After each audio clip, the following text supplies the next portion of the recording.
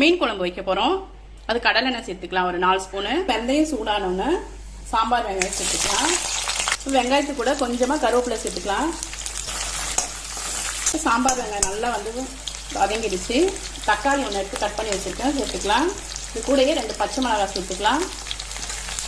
நல்லா வதங்கி வந்துடுச்சு. புளி கரைச்சி வச்சுருக்கேன். 2 ஸ்பூன் தனி மிளகாத்தூள், 2 ஸ்பூன் குழம்பு மிளகாப்பொடி, மஞ்சள் பொடி 1/2 ஸ்பூனு இதெல்லாம் சேர்த்து புளி கரைச்சி வச்சுருக்கேன்.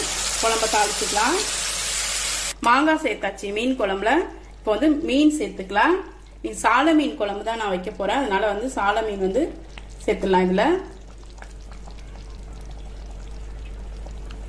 சால மீன் குழம்பு ரெடி ஆயிடுச்சு. பாருங்க, பார்க்கறதுக்கே மாங்காவோட அட்டகாசமாக இருக்குது. இந்த சாப்பாட்டில் போட்டு சாப்பிடும் போது இன்னும் டேஸ்ட்டாக இருக்கும் இந்த மீன் குழம்பு. மீன் குழம்பு ரெடி ஆயிடுச்சு.